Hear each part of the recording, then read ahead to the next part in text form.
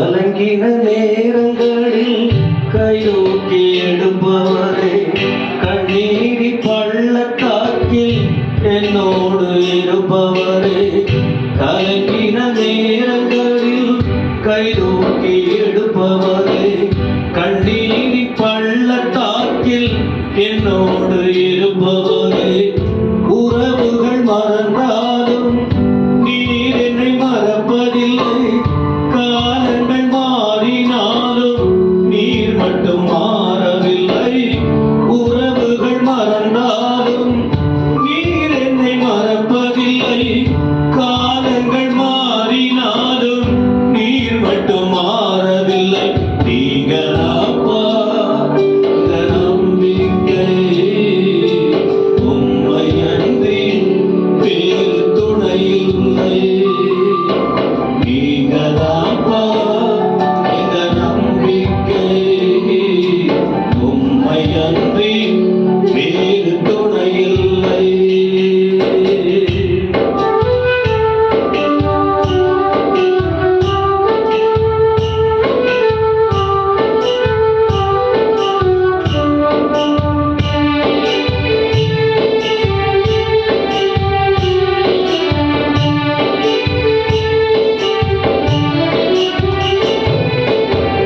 தேவைகள் ஆயிரம் என் முன் இருப்பினும் சோர்ந்து போவதில்லை, என்னோடு நீருண்டு. தேவைகள் ஆயிரம் என் முன் இருப்பினும் சோர்ந்து போவதில்லை, என்னோடு நீருண்டு. தேவையை காட்டிலும் பெரியவர் நீரல்லோ, நினைப்பதை காட்டிலும் செய்பவர் நீரல்லோ. தேவையை காட்டிலும் பெரியவர் நீரல்லோ, நினைப்பதை காட்டிலும் செய்பவர் நீரல்லோ. நீங்கதாப்பா இந்த நம்பிக்கை, உம்மை அன்றி வேறு துணை இல்லை. நீங்கதாப்பா இந்த நம்பிக்கை, உம்மை அன்றி வேறு துணை இல்லை.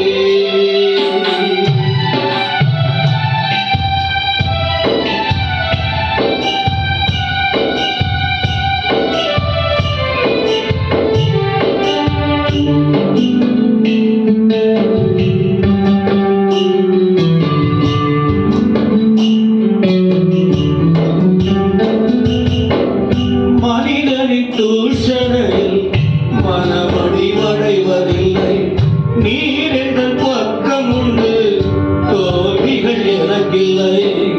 மனிதனின் தூஷணையில் மனமடிவடைவதில்லை, நீர் எங்கள் பக்கம் உண்டு, தோல்விகள் எனக்கில்லை. நாவுகள் எனக்கு எதிராய் சாட்சிகள் சொன்னாலும் வாதாட நீருண்டு, ஒருபோதும் கலக்கமில்லை. நாவுகள் எனக்கு எதிராய் சாட்சிகள் சொன்னாலும் வாதாட நீருண்டு, ஒருபோதும் கலக்கமில்லை. நீங்களாப்பா எங்க நம்பிக்கை, உம்மை அன்றி வேறு துணை இல்லை. நீங்களாப்பா எங்க நம்பிக்கை, உம்மை அன்றி வேறு துணை இல்லை. கலங்கின நேரங்களில் கைதூக்கி எடுப்பவரே, கண்ணீரின் பள்ளத்தாக்கில் என்னோடு இருப்பவரே, கலங்கின நேரங்களில் கைதூக்கி எடுப்பவரே, கண்ணீரின் பள்ளத்தாக்கில் என்னோடு இருப்பவரே, உறவுகள் மறந்தாலும் நீர் என்னை மறப்பதில்லை, காலங்கள் மாறினாலும் நீர் மட்டும் மாறவில்லை, உறவுகள் மறந்தாலும் நீர் என்னை மறப்பதில்லை,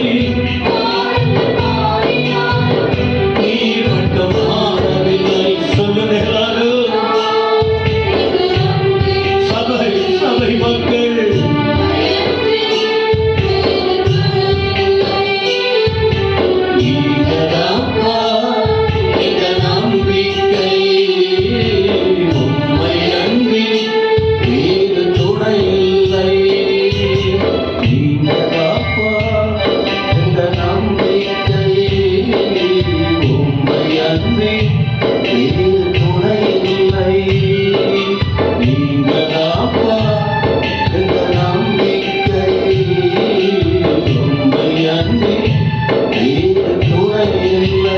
நீங்க கர்த்தருக்கு வாழ்ந்தாலே ஆறுதலும் சமாதானமும் உங்களை தேடி வரும்.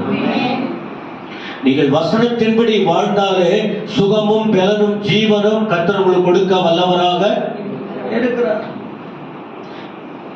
எப்ப பிரச்சனை வரும்னு சொன்னால் ஆண்டவரை விட்டு வழி விலகி போனால்தான் நிந்தைகளும் அவமானங்களும் தலைகுனிவும் இந்த நஷ்டங்கள்லாம் வரும். இப்ப எல்லாம் அவ்வளவா என்றும் சொல்வதற்கில்லை, கர்த்தர் அனுமதிக்கிற காரியங்கள். அதனால ஆரம்பத்தில் உங்கள் இருதயத்தை மோல்டு பண்றோம், ஆறுதலுக்கான வார்த்தைகளை சொல்றோம், பலத்துக்குரிய வார்த்தைகளை சொல்லுகிறோம், நீங்கள் தைரியப்பட வேண்டும் என்று சொல்லுகிறோம், நிலைத்திருங்கள் என்று சொல்லுகிறோம், பயப்படாதீர்கள் என்று சொல்லுகிறோம், பதறாதீங்க என்று சொல்லுகிறோம். ஏன்னா நாம தேவனுடைய பிள்ளைகள். தேவ சமூகத்துக்கு வருவதே என்னை பொறுத்த வரைக்கும் ரெண்டு காரியம்தான். ஒன்று, அவர் நம்மோடு பேசும்போது ஆறுதல் சமாதானம் கிடைக்கும். இன்னொரு புறம் அவர் வார்த்தை நம்மை சரியான பாதையில் செல்வதற்கு அவர் நம்மோடு பேசுகிறார். ரெண்டு, ஒன்று தேவன் இல்லைன்னா பிசாசு, ஒன்று இருள் இல்லாவிட்டால் வெளிச்சம், ஒன்று நன்மை இல்லாவிட்டால் தீமை. அவ்வளவுதான், இதான் விஷயம். என்ன இந்த ஊழியக்காரங்களாம் அப்படி எல்லாம் பேசிக்கிட்டு இருக்காங்கன்னு யோசிக்காதீங்க. ரெண்டே காரியம் தான். ஒன்று பரலோகம் இல்லாவிட்டால், சத்தமா சொல்லுங்க, இந்த நரகத்துக்கு யாரும் போய்விடக் கூடாது என்பதனால்தான் இந்த செய்தியை ஆண்டவர் நமக்கு ஒரே நாளில் அல்ல, தொடர்ச்சியாய் வாய்ப்பு கிடைக்கும் போதெல்லாம் நம்மோடு கூட அவர் பேசிக்கொண்டே இருக்கிறார். இதுவரைக்கும் சொன்னது உங்களுக்கு விளங்கி இருக்கும். இப்போ 14ஆம் தேதி நம்ம குடும்ப ஐக்கியம் இல்லை, ஆனாலும் ஒரு கூடுக வச்சிருந்தோம். அப்ப நான் செய்தி ஒரு குறிப்பு சொன்னேன். ஆண்டவர் செய்த நன்மையை ஒவ்வொருவரும் நினைத்து பார்க்க வேண்டும். நன்மை செஞ்சிருக்க, நம்முடைய தேவன் நன்மைகளை செய்திருக்கிறார், நினைச்சு பாருங்க. அப்புறம் இன்னொரு செய்தி கூட கொடுத்தேன். இப்ப அந்த வேத பகுதியில் தான் இப்போ உங்களுக்கு மீண்டும் ஒரு குறிப்புனா ஒரு செய்தியை கொடுக்க விரும்புகிறேன். திருப்பிக் கொள்ளுங்க.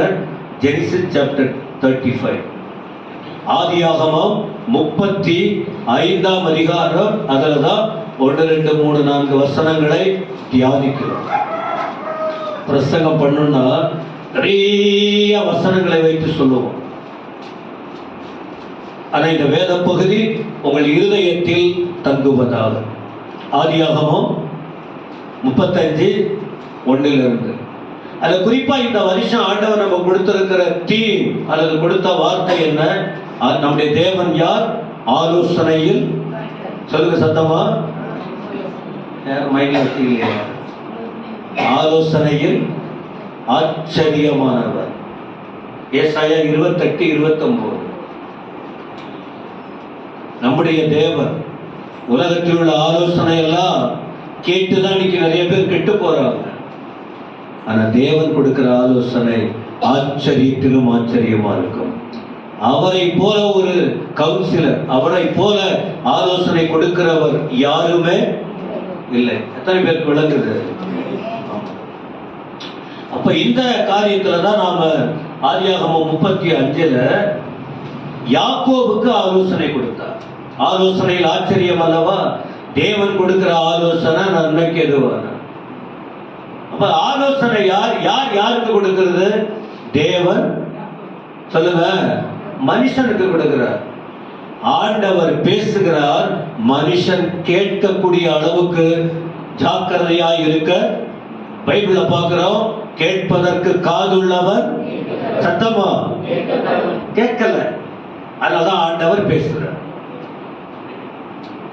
ஆண்டவர் பேசிக்கொண்டே இருக்கிறார், ஜனங்கள் கேட்பதில்லை, கேட்டாலும் கீழ்ப்படிவதில்லை. அதனால்தான் திரும்ப திரும்ப திரும்ப திரும்ப ஆண்டவர் பேசுறார். அப்ப இன்னைக்கு நீங்களும் உங்க குடும்பமும் ஆசீர்வதிக்கப்படணுமா? நீங்களும் உங்க குடும்பமும் ஆசீர்வதிக்கப்படணும். அந்த வார்த்தையை கவனிங்க. நம்ம ஆசீர்வதிக்கப்பட வேண்டியதுதான் தேவ திட்டம். நாம சபிக்கப்பட்டு குறைவுபட்டு போவது தேவ நோக்கம் இல்லை. ஆசீர்வதிக்கப்படணும். அப்படின்னா தேவன் சொல்லுவதை கேட்கணும், அவ்வளவுதான். ஆண்டவர் சொல்றதை கேட்கணும். நல்லவங்க சொல்றத கேளுங்க, கெட்டவங்க சொல்றத கேட்க. அப்ப யார் நல்லவங்க கெட்டவங்கிறது நம்ம பழகும் போது பேசும்போது நன்றாக புரிந்து கொள்ள முடியும். பழகும் போது தெரியும், பேசும்போது தெரியும். நல்லதா இருந்தா எடுத்துக்கணும், இல்லாவிட்டால் விட்டுடணும். நம்முடைய தேவனோ எப்பொழுதுமே நல்லதை தான் சொல்லிக் கொடுப்பார், எப்பொழுதும் நல்லதை சொல்லிக் கொடுப்பார். இப்ப யாக்கோபுக்கு ஆலோசனை கொடுத்தார். என்ன ஆலோசனை? முதல் வசனம், தேவன் யாக்கோபை நோக்கி நீ எழுந்து பெத்தேலுக்கு போ. இந்த வசனத்தை விளக்கமா பேசிட்டோம். அதனால இப்ப நான் அதற்குள்ளேயே இருக்க விரும்பல. ஆண்டவர் சொல்ற, எழுந்தது யாக்கோபு, எழுந்தது. 20 வருஷத்துக்கு மேல நீ வேறு ஒரு இடத்துல போய் உட்கார்ந்துட்ட. நீ இருக்க வேண்டிய இடத்தை விட்டு போன. ஆனா போயிட்டு திரும்பி நீ வரல, தனி மனுஷனாய் போன. ஆனா இப்போ நல்ல நிலைக்கு நீ ஆளாகிட்ட. ஆனா நீ அங்கே இருக்க வேண்டிய அவசியம் இல்லை, எழுந்து வர வேண்டும். இதை ஆண்டவர் சொல்ற. முதல் வசனம் பேசணும், எழுந்து. அந்த விளக்கம் பாருங்க. நீ போகும்போது எப்படி போன? விரோதத்தோடு போன, எதிர்ப்பின் நடுவில் பயந்து போய், உயிருக்கு பயந்து ஓடுகிற நிலைமை உனக்கு வந்தது. ஆனா அப்ப கூட நான் என்ன பண்ண, உன்னை எதிர்க்கிறவர்கள் நடுவில் உன்னை நான் பாதுகாத்து இம்மட்டும் நடத்தி இருக்கிறேன். அதனால எனக்கு நீ சொன்னபடியே பலிபீடத்தை உண்டாக்கணும். முதல் வசனத்துல பாருங்க. 2ஆம் வசனம் பாருங்க. இதையும் நான் கடந்த வாரத்துக்கு முந்தின வாரம் பேசணும். என்ன சொன்னார்? அப்பொழுது சத்தமா படிங்க. அப்பொழுது யாக்கோபு தன் வீட்டாரையும் தன்னோடு கூட இருந்த மற்ற அனைவரையும் நோக்கி, உங்களிடத்தில் இருக்கிற அந்நிய தெய்வங்களை விலக்கிக் கொண்டு உங்களை சுத்தம் பண்ணிக் கொண்டு உங்கள் வஸ்திரங்களை மாற்றுங்கள். யாக்கோபு யாரு? ஆண்டுடைய மனுஷன். இப்போ உலகத்துக்கும் தேவனுக்கும் அல்லது குடும்பத்துக்கும் தேவனுக்கும் திறப்புல நிற்கிற ஒரு மனுஷனாக யாக்கோபு இருக்கிறார். தேவன் நேரடியா மற்றவங்க கிட்ட பேசல. இப்ப யார் மூலமா? ஆண்டவர் சொல்லல யாக்கோபு கிட்ட, இதை சொல்லுன்னு சொல்லல. இந்த இடத்துல தேவ மனுஷன் தேவனிடத்தில் ஆலோசனை கேட்கும் போது தேவையுள்ள ஜனங்கள் நடுவில் அவங்க வாய் திறந்து என்ன செய்வாங்க? பேசுவாங்க. ஆனா பேசுறது என்ன செய்யணும்? கேட்கணும். புரியுற அளவுக்கு இருக்கா வார்த்தை? ஈஸியா புரியுதா? தேவனுக்கு முன்னால நிற்கிற ஊழியர்கள், தகப்பன், நீதிமான், தேவ மனுஷன், தேவனால் நடத்தப்படுகிறவர்கள், தேவன் சொன்னாலும் சொல்லாவிட்டாலும் அவங்க இருதயத்துக்குள் நல்ல வார்த்தைகள், நல்ல ஆலோசனைகள் வரும். அந்த வார்த்தையை அவங்க சொல்லுவாங்க, மறைக்க மாட்டாங்க, சொல்லுவார்கள். அதை சொல்லும் போது யார் யாரெல்லாம் கேட்கணும் சொல்லுங்க? தகப்பனாக சொன்னால் பிள்ளைகள் கேட்கணும். இருக்கீங்களா இல்லையா? கணவராக சொன்னால் மனைவி கேட்கணும். ஒரு எஜமான், ஒரு பொறுப்பாளராக இருந்தால் கீழே இருக்கிற வேலையில ஈடுபடுறவங்க, கூட இருக்கிறவங்க எல்லாம் இந்த வசனத்துல அதுதான் இருக்கு. ஏன்னா இந்த வசனம் பாருங்க, யாக்கோபு தன் வீட்டாரையும். அப்ப வீட்டார்னா எல்லாம் அடங்கிடுறாங்க. மனைவி, பிள்ளைங்க, பேர பிள்ளைங்க, குடும்பம் எல்லாம் அடங்கிடுச்சு. 2வது மற்ற அனைவரையும், வேலைக்காரவங்க, இன்னும் எல்லாம் வேலைக்காரவங்கன்னா அவங்க கூட பெரிய கூட்டமாயிடுச்சு பாருங்க. எல்லாரையும் பார்த்து யாக்கோபு சொல்றார். ஆண்டவர் வேலையை மனுஷன் மூலமா ஆலோசனையை சொல்லி நல்வழி நடத்தும். யாக்கோபு என்ன சொன்னாரு? உங்களிடத்தில் இருக்கிற அந்நிய. யாக்கோபுக்கு எப்படி தெரியும் அந்நிய தெய்வம்? யாக்கோபுக்கு தெரியாது. ஆனா ஏதோ ஒண்ணு இருக்கு. அப்புறம் உங்களை சுத்தம் பண்ணி. அப்போ இவங்க இருந்தது தேவன் சொன்ன இடத்துல அல்ல, வேற ஒரு இடத்துல. அசுத்தங்கள் தேவையில்லாத தண்ணி பாட்டு. ஒரு இடத்துல ஜனங்க யாரோட பழகுறாங்க, அவங்களுடைய காரியம் இவங்க கிட்ட என்ன ஆயிடும் சொல்லுங்க? அப்படிதான் ஆயிடுச்சு. தப்பான காரியம் கிட்ட வந்துச்சு. சொல்ற மூன்றாவது, வஸ்திரம் அசுத்தமாயிருக்கு.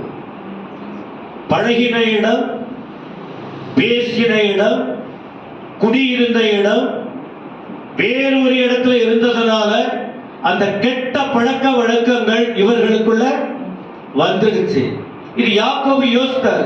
தெரிஞ்சது, அவருக்கு தெரியுது தேவ மனுஷனுக்கு எது நல்லது எது கெட்டது, யார் எப்படி வாழுறாங்க, அவனுடைய தன்மை தெரிந்துவிடும். தெரியுமா தெரியாதா? தெரியும். அதனால்தான் சொல்ற அந்நிய தெய்வத்தை விட்டு விலக்கு. உங்களை அசுத்தமாயிட்டோம், நாம சுத்திகரிப்பு தேவை. வஸ்திரங்களை மாற்று. இதை விளக்கமா சொன்னோம் முன்பு. அதன் பிறகு 3ஆம் வசனத்துல நாம் எழுந்து பெத்தேலுக்கு போவோம். கவனிக்கிறீங்களா? தேவ சமூகத்துக்கு போக வேண்டுமானால் அசுத்தத்தோடு யாரும் போக அடி போனா ஆசீர்வாதம் இல்லை. இத நான் பேச ஆரம்பிச்சேன்னா நிறைய வார்த்தைங்க வரும். நான் அதை குறைச்சிக்கிறேன். நான் நேரத்தை நான் யோசிக்கிறேன். பாடல் அதிகமா பாடி கர்த்தரை துதித்து உயர்த்தி எல்லாம் பண்ணோம்.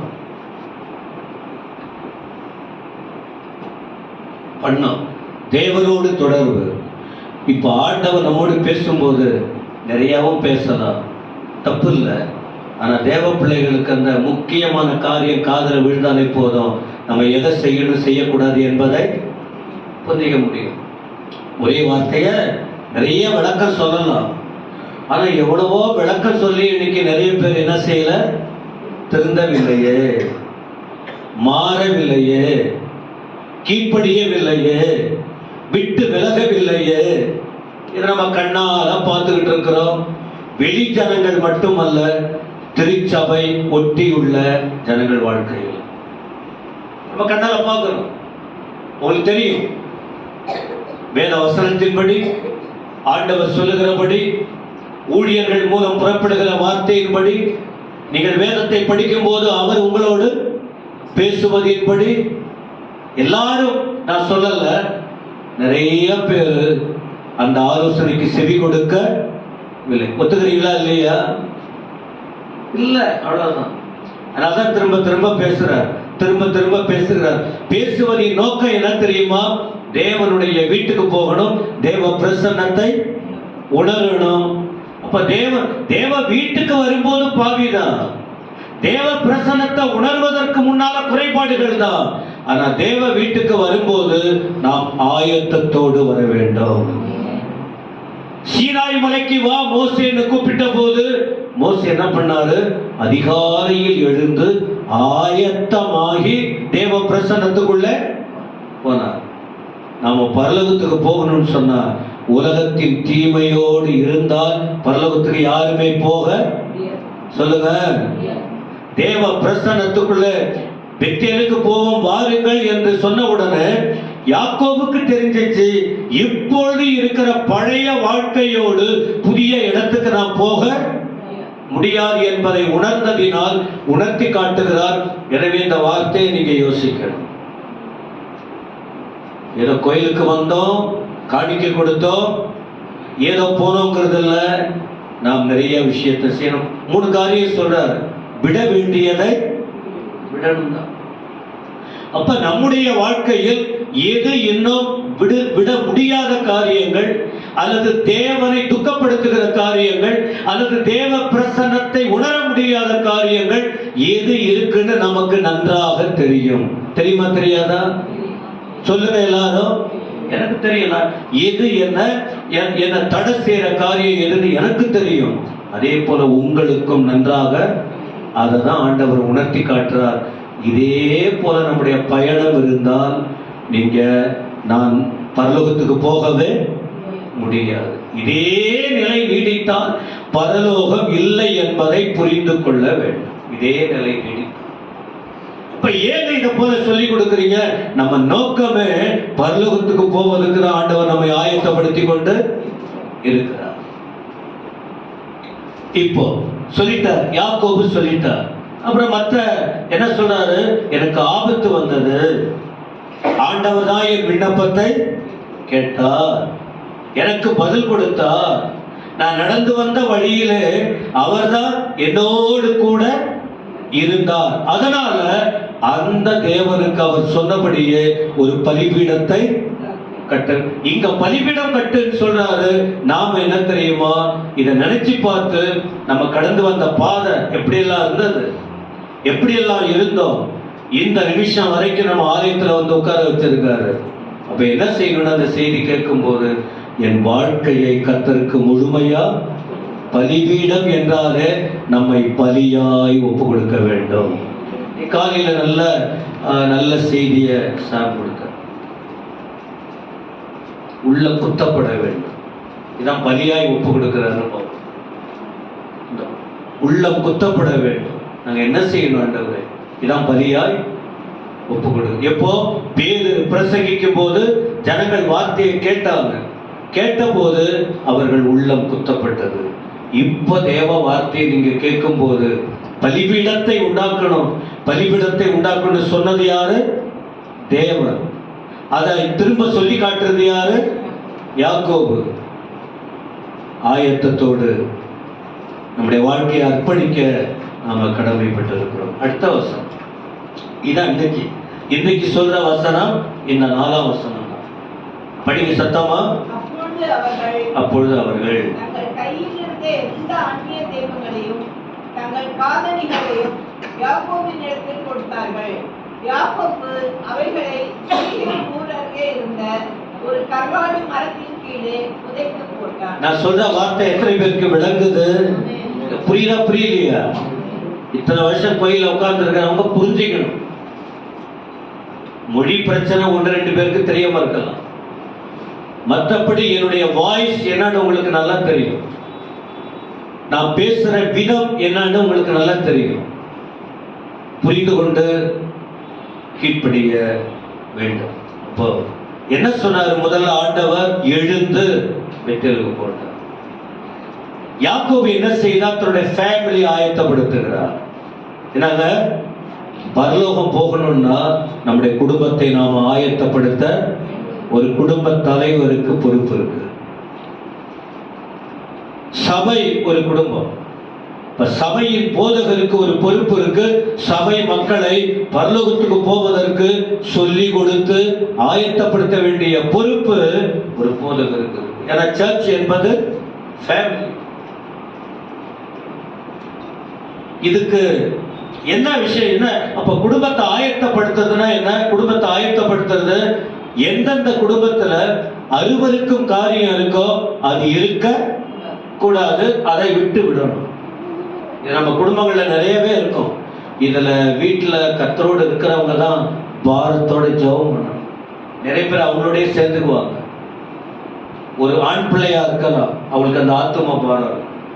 ஒரு பெண் பிள்ளையா இருக்கலாம், அப்பா சரியில்லை, அம்மா சரியில்லை, வீட்டுல உள்ளவங்க அவங்களோட சேர்த்துக்கிட்டு என்ஜாய் பண்றது இல்ல, அவர்களுக்காக உபவாசித்து திறப்புல நிக்கணும். ஏன்னா தகப்பன் நரகத்துக்கு போறார். அம்மா சரியில்லை, குடும்பத்துல உள்ளவங்க கர்த்தருடைய வார்த்தைக்கு கீழ்ப்படியில, ஒரு நபராவது அந்த இடத்துல பயந்து இருப்பார். அவர் தான் உத்தரவாதம் அந்த வீட்டுக்கு பண்ணணும். நீங்க இருக்கிறீங்கன்னா நீங்க உங்கள் ஆண்டவர் கணக்கு கேட்பார் அல்லது உங்ககிட்ட கேட்பார் என்பதை புரிந்து கொள்ள வேண்டும். மற்றவங்க செய்யற தீமைக்கு உடந்தையாய் போய்விட, சொல்லுங்க சத்தமா, எது தீமை நமக்கு தெரியும், உடந்தையாய் நாம் போய்விடக் கூடாது, அவங்களோட சேர்ந்து போய்விட. அப்ப என்ன, அப்ப குடும்பத்துக்கு தேவையா? அப்ப என்ன சொல்றாரு? ஒரு வசனம் படிப்போம். ஏற்கனவே சுட்டி காட்டின 1 சாமுவேல் 7ஆம் அதிகாரம் 3-4 வசனம். 1 சாமுவேல் chapter 7 verse 3-4. இதெல்லாம் இருதயத்தில் எழுதி வைத்துக் கொள்ள வேண்டிய காரியங்கள். அப்பொழுது சாமுவேல் இஸ்ரவேல் குடும்பத்தார் யாவரையும் நோக்கி, நீங்கள் உங்கள் முழு இதயத்தோடும் கர்த்தரிடத்தில் திரும்புகிறவர்களானால் அந்நிய தேவர்களையும் அஸ்தரோத்தையும் உங்கள் நடுவிலிருந்து விலக்கி உங்கள் இருதயத்தை கர்த்தருக்கு நேராக்கி அவர் ஒருவருக்கே ஆராதனை செய்யுங்கள். அப்பொழுது அவர் உங்களை பெலிஸ்தருடைய கைக்கு நீங்களாக்கி விடுவார் என்றார். அப்பொழுது இஸ்ரவேல் புத்திரர் பாகால்களையும் அஸ்தரோத்தையும் விலக்கிவிட்டு கர்த்தர் ஒருவருக்கே ஆராதனை செய்தார்கள். அங்கே யாக்கோபு சொல்ற, உங்ககிட்ட தப்பான காரியம் இருக்கு, நீங்க ஆண்டுடைய பிள்ளைதான், நீ ஆண்டுடைய பிள்ளைதான். நான் எப்படி தேவனுக்கு கீழ்ப்படிந்து ஒப்பு கொடுத்த அதே போல நீங்களும். இப்போ இன்னொரு விஷயம் அந்த இடத்துல ஒண்ணு கவனிங்க. யாக்கோபு மட்டும்தான் தேவ சத்தம் கேட்டு தேவ பிரசன்னத்தை உணர்ந்து அந்த இடத்துக்கு போனாரு.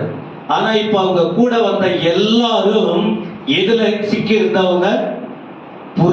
புறஜாதி என்று சொல்லப்படுற இந்த சரியான இடம், இந்த கர்த்தருடைய வார்த்தையை அறியாம இருந்தவன யாக்கோபு சொல்லி இருக்க, கண்டிப்பா சொல்லி இருப்பார். யாக்கோபு மட்டும்தான் இங்கிருந்து ஆண்டவர் சொன்ன அந்த கானான் தேசத்திலிருந்து அங்கே போனாரே தவிர மற்றவங்க எல்லாம் ஏற்கனவே பழைய பாவத்துல, பழைய அசுத்தத்துல. அதனாலதான் சொல்றார், ஆண்டவர் யாக்கோபு கிட்ட சொன்னார், யாக்கோபு தன் குடும்பத்துக்கிட்ட சொன்னார், தன் குடும்பத்துல சொன்னார். இந்த இடத்துல பாருங்க, இன்னும் கொஞ்சம் கூடுதலா மேல இஸ்ரவேல் குடும்பம், இஸ்ரவேல் குடும்பம் இந்த குடும்பத்தை பார்த்து சொல்லுகிறார். என்ன சொல்றாரு? உங்கள் முழு இருதயத்தோடும் கர்த்தரிடத்தில் திரும்புனீங்கன்னா, நீங்க அப்படியே போய்கிட்டு இருக்க கூடாது. எப்போவும் கோயிலுக்கு வர்றது போறது, நினைச்சா வர்றது போறது, இதே அனுபவம் உங்களுக்கு இருக்க கூடாது. இப்போ சாமுவேலுக்கு தெரியுது இஸ்ரவேல் குடும்பம் எப்படி வாழுதுன்னு. அம்மா கவனிக்கிறீங்களா இல்லையா? இஸ்ரவேல் குடும்பம் எப்படி இருக்கு, குடும்ப தலைவர்கள் எப்படி இருக்காங்க, அங்க இருக்கிற ஆண்கள் பெண்கள் வாலிபர்கள் எல்லாரும் எப்படி இருக்காங்கன்னு யாருக்கு தெரியுது? அங்கே யாக்கோபுக்கு தெரிந்தது போல இங்க யாருக்கு தெரியுது? சாமுவேல். ஏன்? சாமுவேல் கர்த்தரோடு இருக்கிற மனுஷன். தேவனோடு இருக்கிறவர்களுக்கு தான் தெய்வீகம் தெரியும், தேவனோடு இருக்கிறவர்களுக்கு தான் அந்த குடும்ப சூழ்நிலை தெரியும். யார் யார் எப்படி ஒரே வாழ்க்கையா வாழுறார்களா, இல்ல இரட்டை வேடம் போட்டு உலகத்துக்கும் தேவனுக்கு இருக்காங்களா, அல்லது தேவன் கிட்ட மட்டும் ஒரு பேச்சு, வெளியில போனால் ஒரு பேச்சு, தேவ மனுஷன் கிட்ட ஒரு பேச்சு, தேவனை அறியாத மக்களிடத்திலே ஒரு பேச்சு என்பது என்ன என்று தேவனோடு நெருங்குகிறவர்களுக்கு நன்றாக. இப்ப சாமுவேல் சொல்றாரு, ஏன் வீணா புலம்பிக்கிட்டு இருக்கீங்க? இங்க கூட 20 வருஷம் தான், யாக்கோபு கூட அங்க 20 வருஷம், இங்க 20 வருஷம் தெய்வீகத்தை இழந்துட்டு உட்கார்ந்து இருக்காங்க. இங்க சாமுவேல் வாழ்க்கையில் உடன்படிக்கை பெட்டி போயிடுச்சு, கவலையினமா இருந்ததுனால, கர்த்தரை விட்டதனால, தெய்வீகத்தை விட்டு விலகி போனதனால உடன்படிக்கை பெட்டினா தேவ பிரசன்னம் இருக்கிற இடம் எழுந்து கவலையினமா விட்டுட்டு உட்கார்ந்து இருக்காங்க. அங்க யாக்கோபு ஆயத்தப்படுத்துகிறார். இங்க 20 வருஷம் உள்ள சூழ்நிலையில் புலம்பிக்கிட்டு இருக்காங்க. தேவனை பார்க்க முடியல, தேவ பிரசன்னத்தை உணர முடியல, தேவன் வைத்திருக்கிற ஆசீர்வாதத்தை அனுபவிக்க முடியல, வேதனையா இருக்கு. அப்ப சொல்றாரு, நீ திரும்ப ஆசீர்வதிக்கப்படணுமா, தேவன் உன்னோட பேசணுமா, நீ தேவனோட இருக்கணுமா, நீ இழந்ததெல்லாம் பெற்றுக்கொள்ளணுமா, தேவன் வைத்திருக்கிற இடத்துல வச்சு உங்களை உயர்த்தணுமா, இதை நீ கண்டிப்பா செய்யணும். என்ன? முழு இருதயத்தை சரிப்படுத்தணும், ஆண்டவரத்தில் திரும்பணும். அந்நிய தெய்வங்கள் அஸ்தரோத்தையும் உங்கள் நடுவில் இருந்து, அப்ப இதெல்லாம் அவங்க கிட்ட இப்ப நிரம்பி இருக்கு, சபையில் அது இருக்கு, ஊழியக்காரங்க கிட்ட இருக்கு. இங்க வந்திருக்கிற நம்ம வராதவங்களை விட்டுருங்க, இங்கே வந்திருக்கிற நமக்குள்ள இருக்கா இல்லையான்னு உங்களுக்கு தான் ஆண்டவர் அன்னைக்கு சாமுவேலோட பேசுறது போல இப்ப நீங்க யோசித்து பார்க்கணும், எது உங்க வீட்டுல இருக்கு, எதை நீங்க வச்சிருக்கீங்க. உங்களை விட்டு விளக்கணும், உங்க இருதயத்தை கர்த்தருக்கு நேராக்கணும், அவர் ஒருவருக்கு ஆராதனை செய்யணும். அப்பொழுது அவர் உங்களை பெலிஸ்தியரின் கைக்கு, பிசாசு பிடியிலிருந்து நீங்க விடுதலை ஆகணும்னா இந்த காரியம் எல்லாம் செய்யணும். தேவன் வைத்திருக்கிற ஆசீர்வாதங்களை பெற்று அனுபவிக்க வேண்டுமானால் இவைகளை கண்டிப்பா செய்யணும். உங்க கையில வேதம் இருக்கு, நீங்க தான் பார்த்து இப்ப நீங்க உங்க கண்ணாடியில பார்த்துக்கணும். வேதமாகிய கண்ணாடியில உங்க புருஷன், உங்க பிள்ளைங்க, நீங்க எல்லாருமே, நாங்க எல்லாருமே எந்த நிலையில இருக்கிறோம் என்பதை நம்ம தான் பார்க்கணும். கடவுள் பார்க்கிறது வேற. ஆனா இப்ப சொல்றது யாரு ஜனங்களுக்கு? இந்த சாமுவேல். அப்ப இந்த காலையில் மேடையிலிருந்து உங்களோடு ஆண்டவர் யார் மூலமா பேசுகிறார்? ஊழியக்காரர் மூலமா. நீங்க எதுல இருக்கீங்கிறத கர்த்தருக்கு சொல்லி ஆகணும். ஏற்கனவே சொல்லிட்ட நீங்கள் ஆசீர்வதிக்கப்பட வேண்டும் என்று. ஏற்கனவே ஆண்டவர் நம்மோட பேசி இருக்கிறார். ஆரம்பத்திலேயே நம்முடைய நன்மையை விரும்புகிற தேவன்.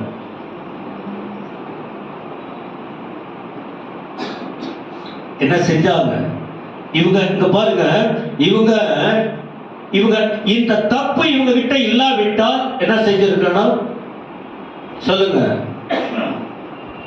இந்த தவறுகள் இவங்கிட்ட இல்லைன்னா, ஐயோ நாங்கெல்லாம் ஒண்ணும் செய்யலையே அப்படின்னு சொல்லி இருக்கணும். நிறைய பேர் தப்ப வச்சுக்கிட்டு இல்ல, தவறுகளை மறைக்க மற்றவங்க மேல பழி போடுவாங்க. ஆண்டவர் உணர்த்தி காட்டும் போது அவங்க யாருன்னு அவங்க மனசாட்சிக்கு சொல்லுங்க எல்லாரும். அவர்கள் மனசாட்சிக்கு நன்றாக தெரியும். இப்ப இவங்க தவறுகளை மறைக்கல, சத்தம் காதல விழுது.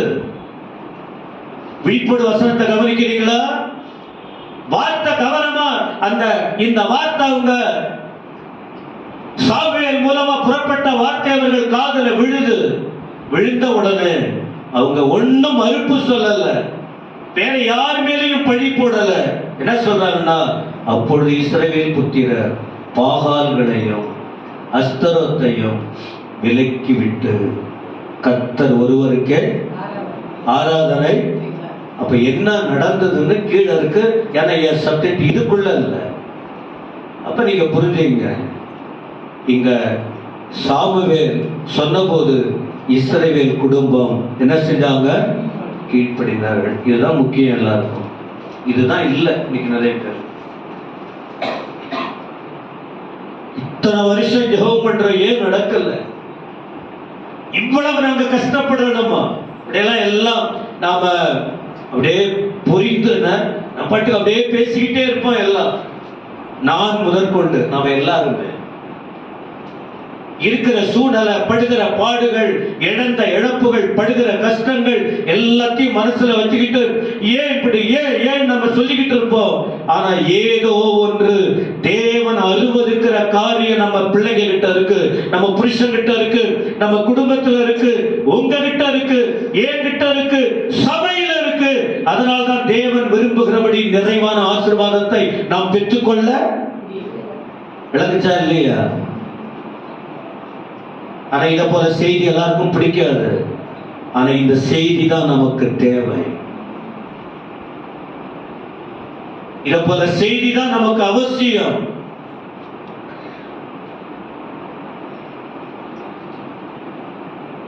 முழுமையா என்னால முடிக்க முடியாது.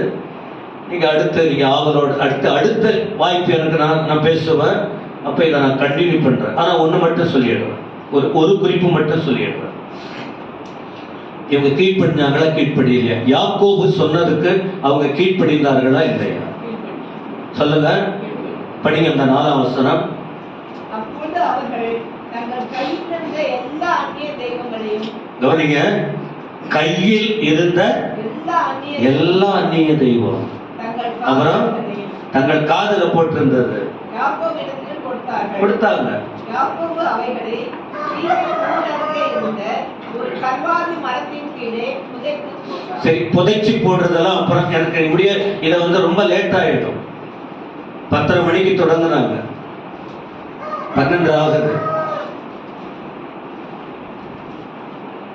10 மணிக்கு தொடங்குனா எல்லாம் அவ்வளவுதான். அந்த 2 மணி நேரத்துல முடியாது.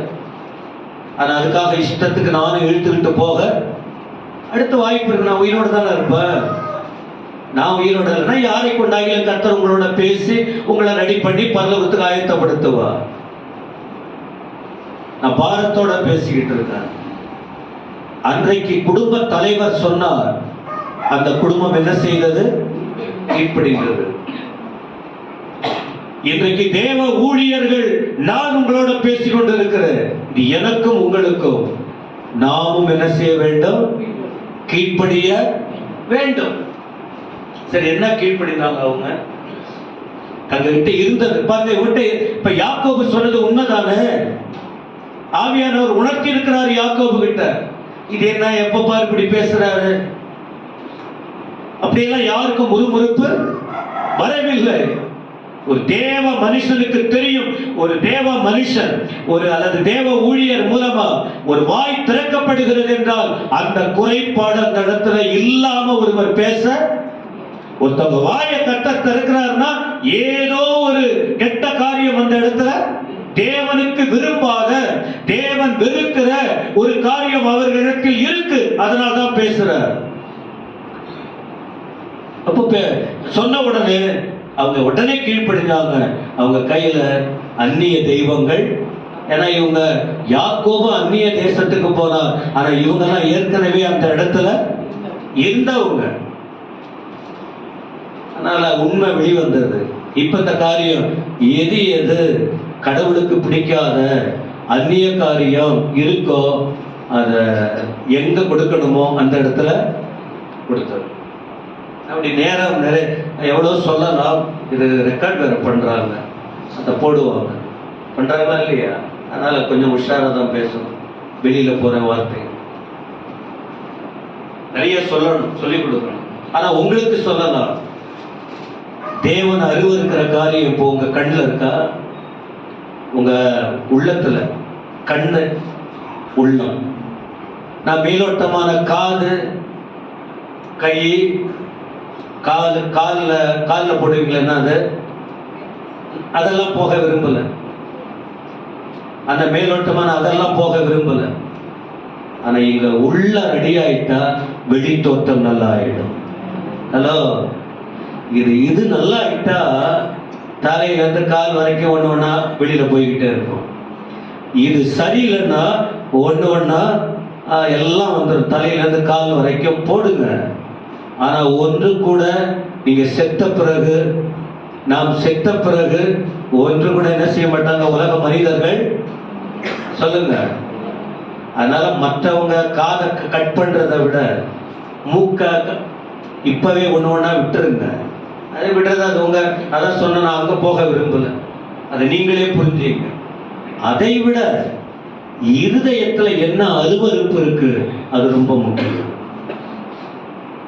அதை ஏற்கனவே சுட்டி காட்டி இருக்கிற கலாத்தியர் 5ஆம் அதிகாரத்திலும் 19, 20, 22, மார்க் 7ஆம் அதிகாரத்திலும் 20 முதல் 3 வசனங்கள் ஏற்கனவே சுட்டி காட்டி இருக்கிறோம். அருவருக்கிற செயல்கள் என்னன்னு அது நம்ம கிட்ட இருந்தா பரலோகத்துக்கு நாமும் போகவே முடியாது. இப்போ இந்த 2 காரியம் இவங்க செய்யறாங்க. அந்நிய தெய்வம், அப்புறம் இது ரெண்டுமே விக்கிரகத்தோடு சம்பந்தமானது.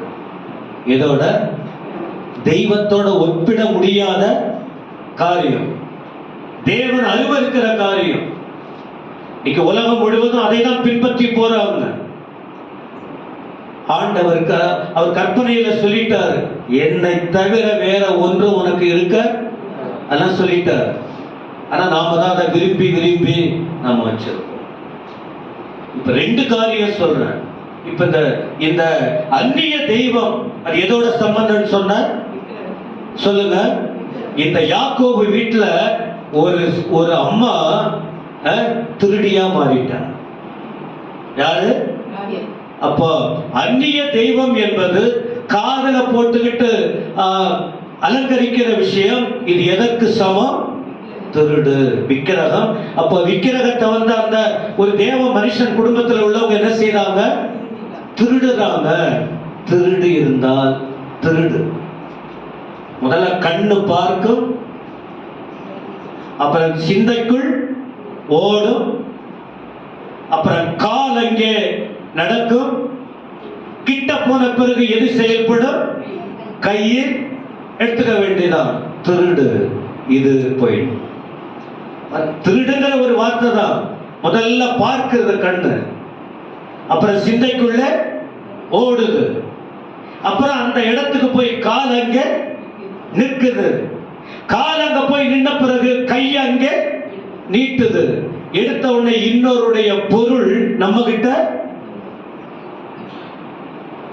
பாவம் தானே அது. களவு செய்யக்கூடாது, திருடக்கூடாதுன்னு கற்பனையில் இருக்கா? திருடு.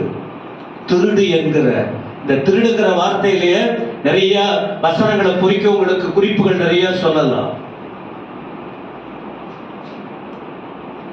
ஆண்டவர் பேசுனா எதை விடணுமோ விட்டுருங்க. இதைதான் விடு, இதைதான் விடுன்னு நான் உங்களுக்கு நான் அப்படியெல்லாம் சொல்லி உங்களை குழப்பல. உங்க மனசாட்சிக்கு நன்றாக தெரியும் எது உங்களை அடிமைப்படுத்தி வச்சிருக்கு, என்ன எது அடிமைப்படுத்தி வச்சிருக்கு. கொஞ்சம் யோசிங்க. நீங்க விடாத பட்சத்தில் ஆவிக்குரிய வாழ்க்கையில் வளரவே முடியாது, ஆண்டவர் கிட்ட நெருங்கவே முடியாது, அவர் ஆயத்தப்படுத்தி வைத்திருக்கிற ஆசீர்வாதங்களை பெற்றுக் கொள்ளவும் முடியாது. கர்த்தர் உங்களோடு பேசுகிறார். எதுன்னு புரிஞ்சு நீங்க இப்ப எங்க போகக்கூடியவங்க? நாம பெத்தேலுக்கு தேவ சமூகத்திலே போறவங்க, பரலோகத்துக்கு போகக்கூடியவங்க. அங்க போவதற்கு திருடு. இரண்டாவது பொருளாசை. பொருளாசை இருந்தால் நாம பெத்தேலுக்கு தேவ சமூகத்துக்கு போனா குத்திக்கிட்டே இருக்கும். அதனாலதான் யாக்கோபு சொல்றாரு, பொருளாசை உனக்கு வேண்டாம். என்ன பொருளாசைன்றீங்க? நான் சொன்னேன், காதுல போட்டிருக்கிறதும் அந்த சிலை வழிபாடும் எதுக்கு சமம்? திருடு. ஏன்னா திருடிக்கிட்டு போனாங்க. அத யாக்கோபுக்கு தெரியல. அப்போ லாபான் கேட்கிறான், ஆனா யாக்கோபுக்கு தெரியல, கடைசி வரைக்கும் தெரியல.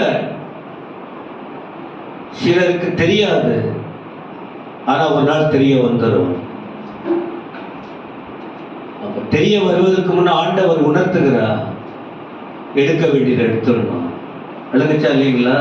இதெல்லாம் போயிட்டு யோசிக்கணும். உங்க வீட்டுக்கு போய் எது எது நம்ம கிட்ட இருக்கு, எது எது பிரச்சனை.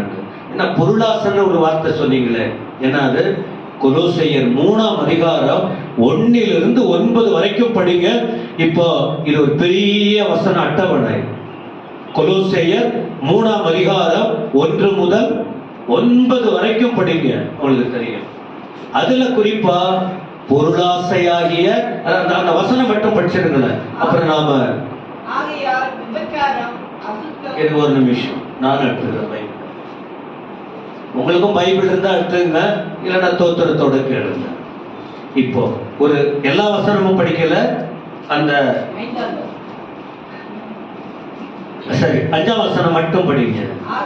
ஆகையால் விபச்சாரம், அசுத்தம், மோகம், துர்ரிச்சை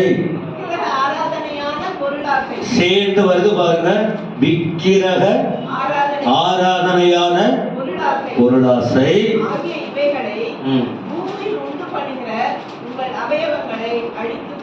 அழித்து போடுங்கள். இதனால அடுத்து வரக்கூடிய நாட்களில் வசனமா படிக்கும் போது தெரிஞ்சுக்கலாம். இந்த புதுசா வரவங்களுக்கு விளங்காது, ஆனா புதுசா வரவங்களும் புரிஞ்சுக்கணும் என்னென்ன பண்ணணும். தெரியலன்னா மற்றவங்கள்ட்ட கேட்கணும். உங்க கண்ணை தெளிவாக்க கர்த்தர் சொல்றாரு. மற்றவங்க பண்றது போல நம்ம பண்ணிக்கிட்டு இருக்க முடியாது. ஒரு வாழ்க்கையில மாற்றம் தேவை. ரத்தம் சிந்தி நம்மளை மீட்டெடுத்திருக்கிறார். நம்மளை பரலோகத்துக்கு கொண்டு போய் சேர்க்கணும்னு ஆண்டவர் விரும்புகிறார். அதுக்காக தான் இப்படிப்பட்ட வார்த்தைகளை கொண்டு பேசுகிறார். எனக்கு பயமா இருக்கு. இவ்வளவு நாள் சத்தியத்தை சொல்லி எத்தனை பேர் பரலோகம் வர போறாங்க தெரியல, எத்தனை பேர் நரகத்துக்கு போறாங்க எனக்கு தெரியல. இந்த நரகத்துக்கு போய்விடக் கூடாது என்பதற்காக தான் கர்த்தர் நம்மோட பேசிக்கிட்டு இருக்கிறார். திரும்ப திரும்ப சொல்றேன், உங்க ஆத்மாவை நீங்க காத்துக்கணும். இது பரவாயில்ல அப்படி ஏமாந்துறாருங்க. இது செஞ்சா ஒன்றும் தப்பு இல்லை, இதை பேசினா ஒன்றும் தப்பு இல்லை, இதை பார்த்துக்கிட்டே இருந்தா ஒன்றும் தப்பு இல்லை, இங்க போய்கிட்டே இருந்தா ஒன்றும் தப்பு இல்லை, இதை செஞ்சுக்கிட்டே இருந்தா ஒன்றும் தவறு இல்லை. அதெல்லாம் சும்மா அப்படி சொல்லுவாங்க. மோசம் போகாதிருங்கள். சின்ன சின்ன சின்ன காரியம் கூட நம்முடைய வாழ்க்கையை பாதித்து விடும்.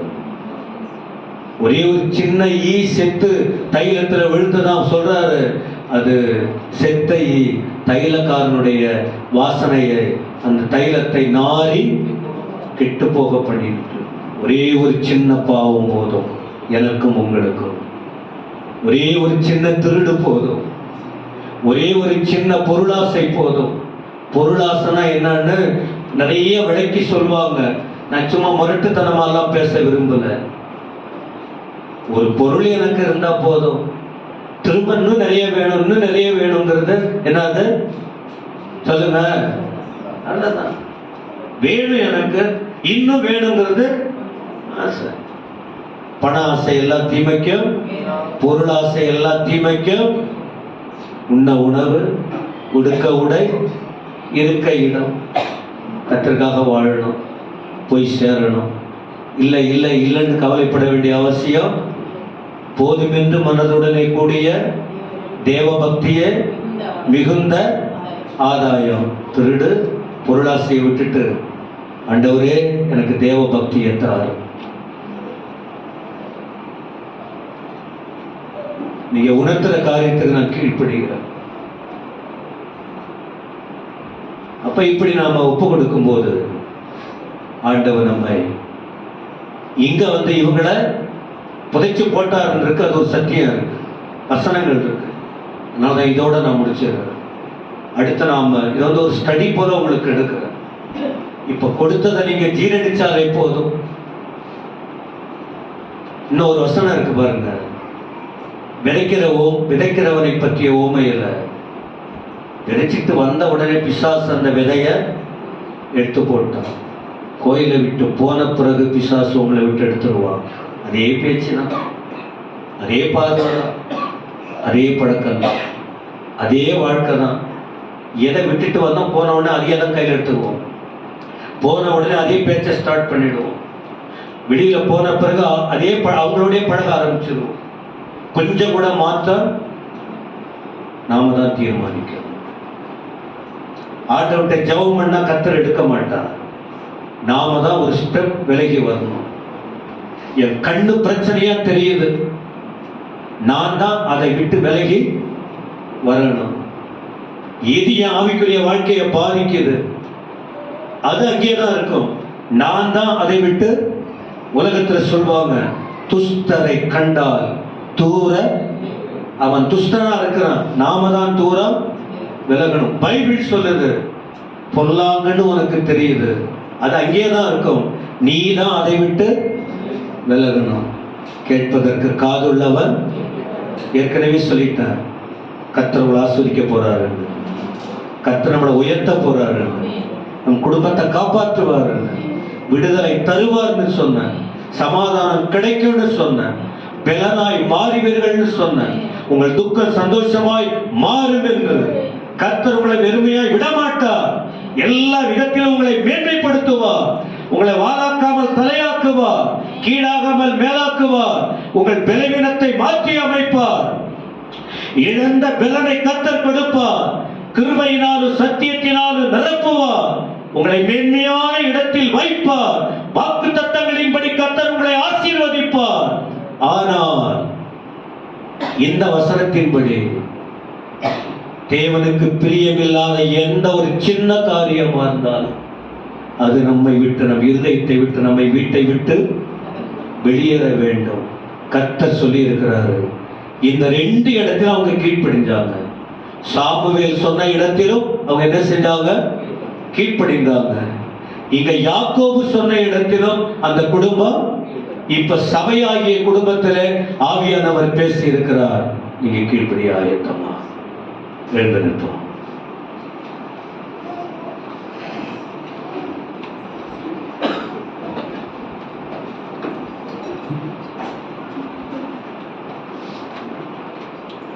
நீங்க ஒப்பு கொடுத்தீங்கன்னா,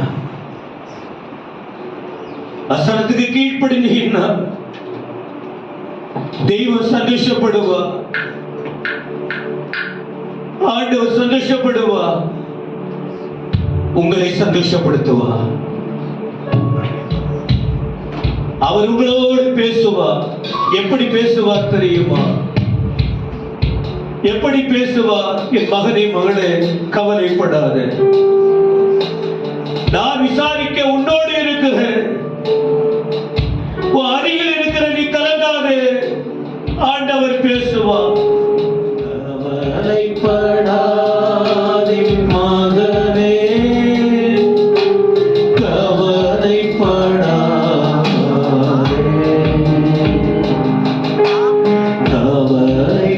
கவலைப்படாதே மகளே, கவலைப்படாதே. உன்னை என்றும் விசாரிக்கும் பரமபிதா உன்னருகே இருக்கிறார், கலங்காதே. உன்னை என்றும் விசாரிக்கும் பரமபிதா